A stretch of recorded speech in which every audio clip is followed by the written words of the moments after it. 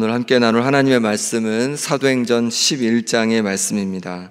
생각이 좁은 사람들을 우리가 이렇게 만날 때가 있습니다. 그럴 때 어떤 마음이 드십니까? 때로 내가 잘 아는 분야에 대해서 다른 사람이 잘 알지 못하는 사람들이 얘기할 때 답답한 마음이 들 때가 있습니다.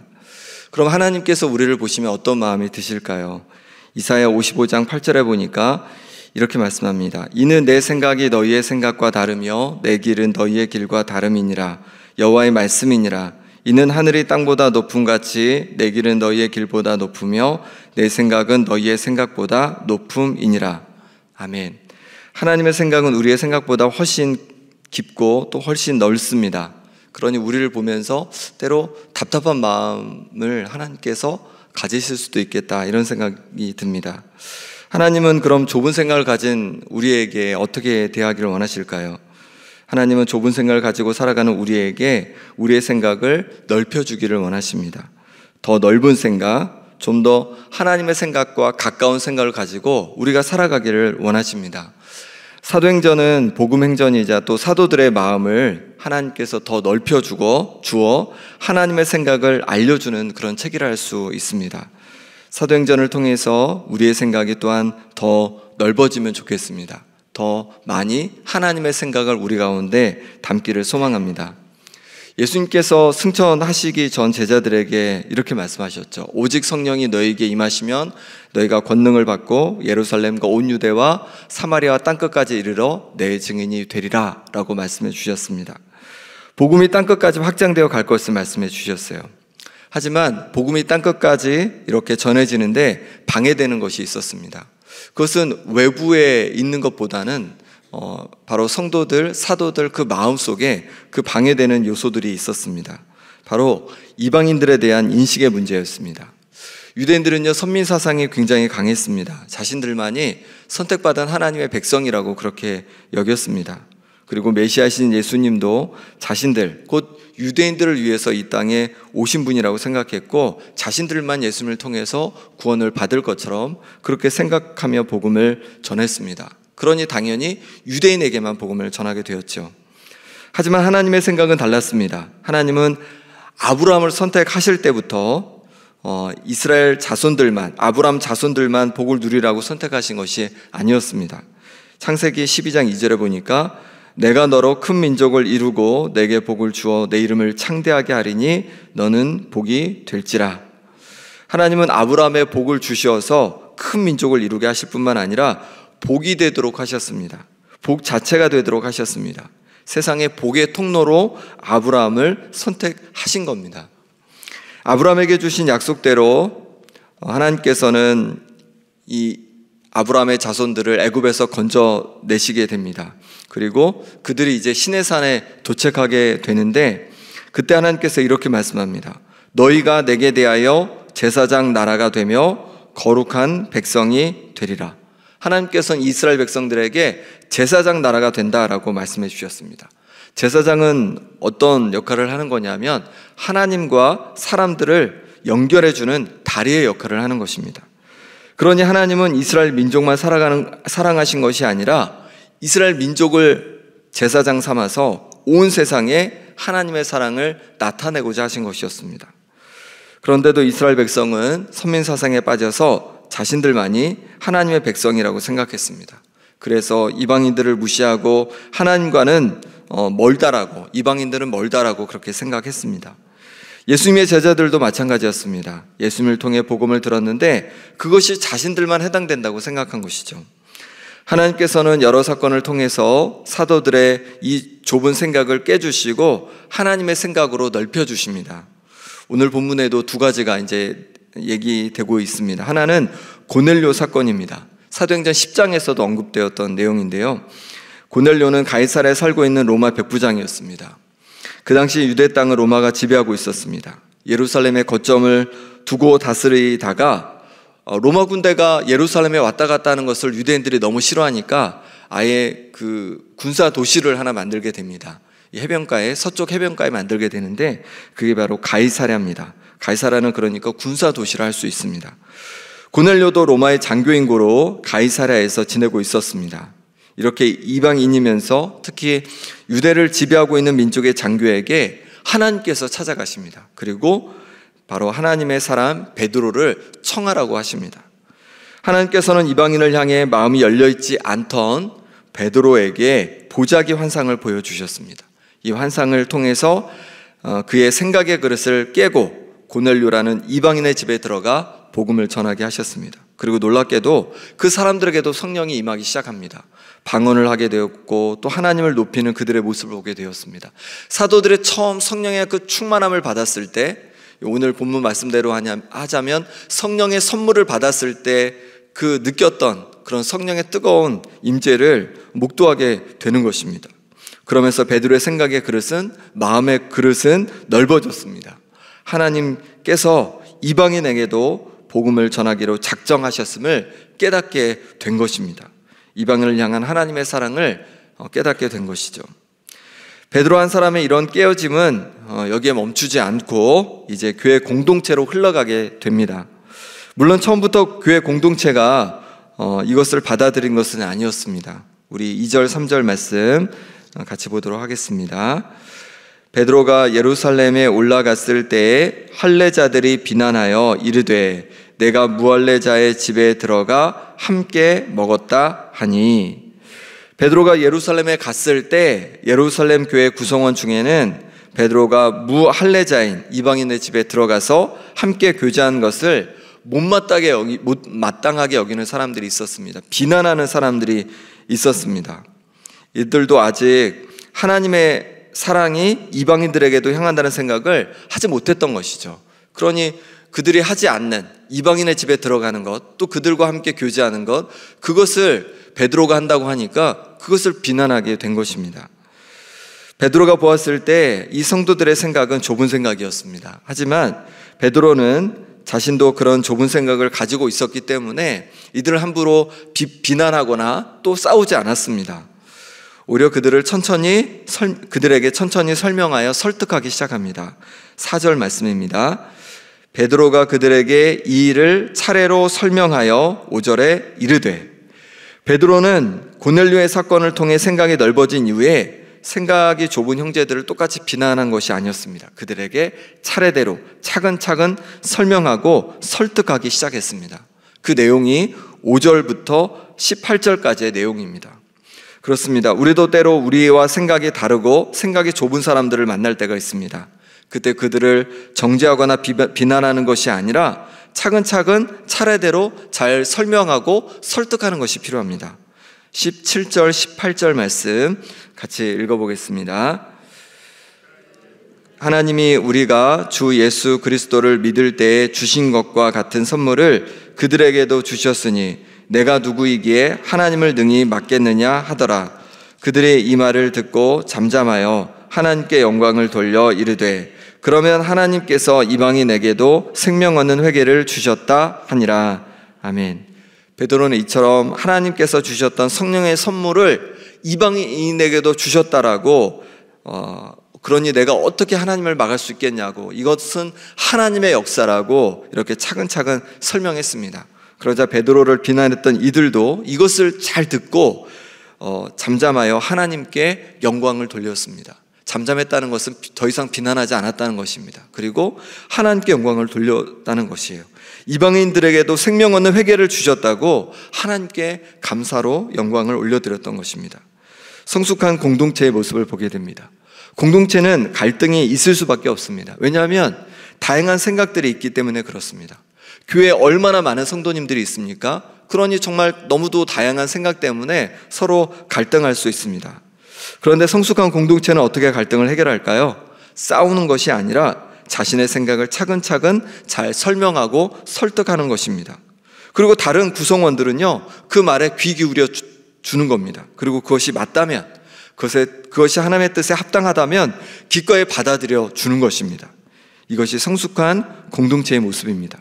초대교회 성도들은 이런 성숙한 모습이 있었습니다. 하나님은 사도들과 성도들이 유대 민족에게만 머무는 것이 아니라 온 세계를 품고 복음을 전하기를 원하셨습니다. 유대 민족만 사랑하는 것이 아니라 온 세계 민족을 품고 사랑하기를 원하셨습니다. 왜냐하면 그들도 모두 하나님의 형상대로 지음받은 하나님의 사람들이고 예수님께서 그들을 위해서도 십자가에 못 박히셨기 때문에 그렇습니다. 우리의 마음을 좀 더 넓히면 좋겠습니다. 내 가족만 사랑했던 이 마음을 이제 좀 더 넓혀서 성도들을 사랑하고, 성도들만 사랑했던 이 마음을 좀 더 넓혀서 이 광야 땅에 안 믿는 이웃들을 더 사랑하고 또 온 세계 민족을 품고 사랑할 수 있는 하나님의 마음 가지시기를 소망합니다. 하나님께서는 또 하나의 사건을 통해 사도들에게 이방인을 향한 벽을 허물어 주셨습니다. 19절 21절의 말씀입니다. 제가 읽어보겠습니다. 그때 스데반의 일로 일어난 환란으로 말미암아 흩어진 자들이 베니게와 구브로와 안디옥까지 이르러 유대인에게만 말씀을 전하는데, 그 중에 구브로와 구레네 및 몇 사람이 안디옥에 이르러 헬라인에게도 말하여 주 예수를 전파하니 주의 손이 그들과 함께 하심에 수많은 사람들이 믿고 주께 돌아오더라. 아멘. 스데반이 예루살렘에서 복음을 전하다가 공회에 잡히고 그리고 돌에 맞아 순교하게 되었습니다. 그로 인해서 예루살렘에 핍박이 시작되고 성도들은 주변 나라들로 흩어지게 되었습니다. 가까이 있는 유대와 사마리아로 흩어졌습니다. 그리고 어떤 사람들은 더 멀리 이방 땅 베니게, 두로와 시돈 지방으로 흩어지게 되었고, 어떤 사람들은 구브로라는 섬으로, 또 어떤 사람은 터키 남동부에 있는 안디옥으로 가게 되었습니다. 그리고 그곳에서 자연스럽게 이방인들에게 복음을 전하게 되었습니다. 그런데 놀랍게도 수많은 사람들이 이 복음을 듣고 예수님을 믿고 주께로 돌아오게 되었습니다. 특히 안디옥에는 많은 성도들이 생겨나게 된 것입니다. 교회 공동체가 형성되게 되었습니다. 사도들은 전혀 생각하지 못했는데 이방인들에게도 성도들을 통해서 복음이 전해지고 교회가 세워지게 된 겁니다. 스데반의 순교로 흩어진 이들을 통해 자연스럽게 복음이 전해졌습니다. 사도들이 예전 같으면 머뭇거릴 수 있었지만 고넬료 사건을 통해서 생각이 이미 넓어진 이들은 곧바로 바나바를 안디옥에 파송하여서 안디옥 교회를 돌보게 하였습니다. 그럼 바나바는 어떤 사역을 하였을까요? 우리 23절, 24절 말씀 같이 읽어보겠습니다. 그가 이르러 하나님의 은혜를 보고 기뻐하여 모든 사람에게 굳건한 마음으로 주와 함께 머물러 있으라 권하니, 바나바는 착한 사람이요 성령과 믿음이 충만한 사람이라 이에 큰 무리가 주께 더하여 지더라. 아멘. 바나바는 기쁨으로 이방 사람들을 품었습니다. 그리고 그들에게 복음을 전하고 권하였습니다. 그랬더니 큰 무리가 주께 더하여지는 역사가 일어났습니다. 그렇습니다. 우리가 우리의 좁은 생각과 마음의 그릇에 넓은 하나님의 생각과 마음을 담게 되면 우리의 그릇이 넓어지고 또 우리를 통해서 하나님의 역사가 시작되는 줄 믿습니다. 그러니 하나님의 생각으로 우리의 생각을 넓혀보기를 원합니다. 자신 혼자 사역했는데도 무리가 많아지고 교회가 부흥하는 것을 보면 바나바 스스로 욕심이 생길 수도 있었을 겁니다. 그런데 바나바는 하나님의 생각을 담았기 때문에 욕심을 부리지 않았습니다. 오히려 하나님의 사람들을 더 잘 돌보기 위해서 동역자가 필요하다고 생각했습니다. 그래서 동역자를 찾아 나섭니다. 25절, 26절 같이 읽습니다. 바나바가 사울을 찾으러 다소에 가서 만남에 안디옥에 데리고 와서 둘이 교회에 1년간 모여 있어 큰 무리를 가르쳤고, 제자들이 안디옥에서 비로소 그리스도인이라 일컬음을 받게 되었더라. 아멘. 바나바는 자신이 예루살렘 교회에 소개했던 바울을 찾아갔습니다. 그리고 그를 동역자로 세웠습니다. 바나바가 사람들을 위로하고 권면하는 그런 은사가 있었다면 바울은 말씀을 풀어서 가르치는 그런 은사가 있었습니다. 함께 힘을 다해 무리를 가르쳤을 때 그들이 무리에서 제자가 되었습니다. 예수님을 따르는 자들이 되었습니다. 그들의 말이 변하고 그들의 행동이 변했습니다. 그리고 이런 변화를 가장 먼저 알아본 사람들은 안디옥 시민들이었습니다. 이들은 달라진 성도들의 삶을 보면서 이들을 뭐라고 불렀다고 하죠? 그리스도인, 그리스도를 따르는 사람들이라고 불렀다는 겁니다. 바나바는 아무 욕심 없이 오직 하나님의 생각을 담았을 때 안디옥 교회가 든든히 세워지고 성도들도 제자들도 그리스도인으로 인정받고 거듭나는 역사가 일어났습니다. 우리를 통해서도 이런 역사가 일어나길 소망합니다. 내 생각을 고집하는 것이 아니라 하나님의 생각으로 내 마음을 체험으로 하나님 나라에 귀하게 쓰임받는 우리 모든 성도님들 되시길 소망합니다. 함께 기도하겠습니다. 기도하실 때 하나님 아버지, 나의 작은 마음과 나의 작은 생각이 하나님의 마음과 하나님의 생각을 담아서 점점 넓어지게 하여 주옵소서. 그래서 하나님의 마음으로 하나님의 생각으로 이 땅을 살아가게 도와주시고 하나님께 영광 돌리는 삶이 될 수 있도록 이끌어 주옵소서 라고 함께 기도하겠습니다. 또한 기도하실 때 9월 1일부터 3일까지 있을 성령의 새바람 정교인 부흥회를 통해서 우리의 생각을 하나님의 생각으로 채워 주옵소서. 말씀 전하실 김동호 목사님 가운데 능력으로 함께하여 주옵소서. 이 시간 우리 함께 기도하겠습니다. 하나님 아버지, 우리가 세상을 살아가면서 아버지 하나님 너무 좁은 생각으로 또 그런 마음으로 살아갈 때가 많이 있습니다. 하나님, 우리 마음속에 하나님의 마음을 부어주옵소서. 하나님의 생각을 부어주옵소서.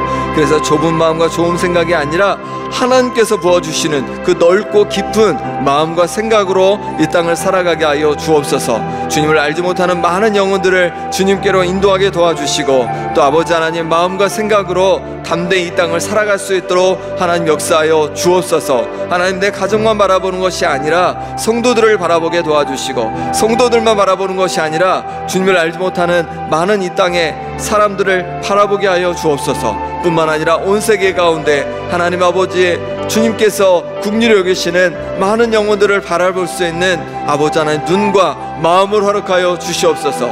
그래서 하나님의 마음을 가지고 이 땅을 살아가게 하여 주시고 하나님의 마음을 가지고 하나님께 쓰임받는 역사가 일어나게 하여 주시옵소서. 하나님 아버지, 주께서 은혜 허락하여 주셔서 하나님 성령의 새바람 정교인 부흥회를 시작하게 되었습니다. 하나님 아버지, 이 기간 통하여서 우리의 생각을 하나님의 생각으로 바꾸어 주시고 성령의 충만한 은혜를 부어 주시옵소서.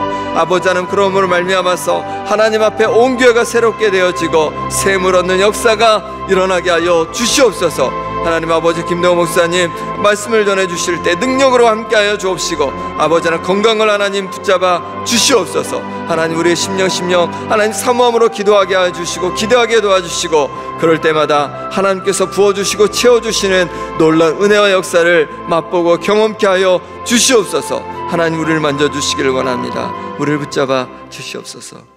하나님 아버지, 우리가 주님을 믿는다 하지만 너무 좁은 생각으로 좁은 마음으로 이 땅을 살아갈 때가 많습니다. 하나님, 우리 마음을, 우리의 생각을 하나님의 생각으로 하나님의 마음으로 넓혀 주옵소서. 깊게 하여 주옵소서. 그래서 하나님 기뻐하시는 삶을 살아가게 도와주옵소서. 내 가족만 바라봤던 이 마음이 이제 성도들을 바라보게 도와주시고 성도들만 바라봤던 이 마음이 이 땅에 주님을 알지 못하는 많은 이들을, 하나님께서 안타까워하는 많은 이들을 바라보게 하여 주옵소서. 뿐만 아니라 온 세계 가운데 하나님을 알지 못하여서 또한 여러 가지 어려움 속에서 낙심하고 절망 속에 있는 많은 이들을 바라볼 수 있는 하나님의 마음을 우리 가운데 허락하여 주시옵소서. 하나님 아버지, 성령의 새바람 정교인 부흥회를 앞두고 있습니다. 하나님, 이 시간을 통해서 우리의 생각을 넓혀주시고 성령으로 충만케 하여 주옵소서. 그로 말미암아서 정말로 온 교회가 새롭게 되어지게 도와주시며 정말로 하나님의 기쁨이 되는 우리 교회가 될 수 있도록 역사하여 주옵소서. 말씀을 전하실 김동호 목사님 가운데도 성령으로 충만케 하여 주시고 또 건강으로 함께하여 주시옵소서. 모든 건 예수 그리스도의 이름으로 기도하옵나이다. 아멘.